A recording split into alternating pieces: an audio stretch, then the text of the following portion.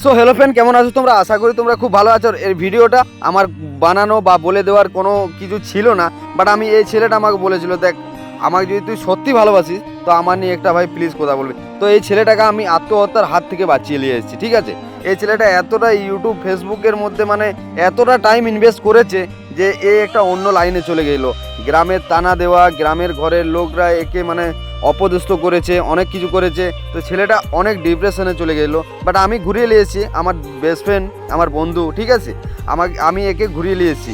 তো দেখো, আমি এই ভিডিওটার মূল একটা উদ্দেশ্য বলছি ভাই, এই ছেলেটাকে যদি কোনোদিন ইউটিউবে ফেসবুকে যেখানে দেখবে ভাই, প্লিজ একটা লাইক বা একটা শেয়ার করে দেবে ভাই। এর প্রোফাইলটাকে একটু গ্রো করে দাও। এই ছেলেটা খুব মেহনতকারী, একটু যদি একে যদি সাপোর্ট করো না, এ অনেক দূর যেতে পারবে। কারণ একটা ইউটিউব ফেসবুক একটা কোথাকার নেই কোথায় একটা অ্যাপসের জন্য যদি কেউ জান দিতে পারে, সে কিন্তু তার জন্য প্রাণটা হেসে হেসে রাখতে পারে। ভাই এই ছেলেটা খুব মেহনতকারী বটে। দেখো, এই কথাগুলো আমার বলার কিছু নেই, বাট তোমরাকে বলছি, যদি এই ছেলেটা কোনোদিন ইউটিউবে ফেসবুকে দেখতে পাও, তো এই ছেলেটাকে একটা লাইক, একটা কমেন্ট, একটা শেয়ার প্লিজ করে যাবেন ভাই। দেখো, কেউ না কাউকে যদি না কেউ ভালোবাসে, এই দুনিয়াটা মানুষ হয়ে মানুষ যদি না ভালোবাসা হয়, তাহলে আমরা কিসের মানুষ? আমাদের একটা ধিক্কার হওয়া দরকার। এই ছেলেটা মেহনত করছে ভাই, মেহনতের একে ফলটা পাইয়ে দেওয়াটা আমাদের উচিত।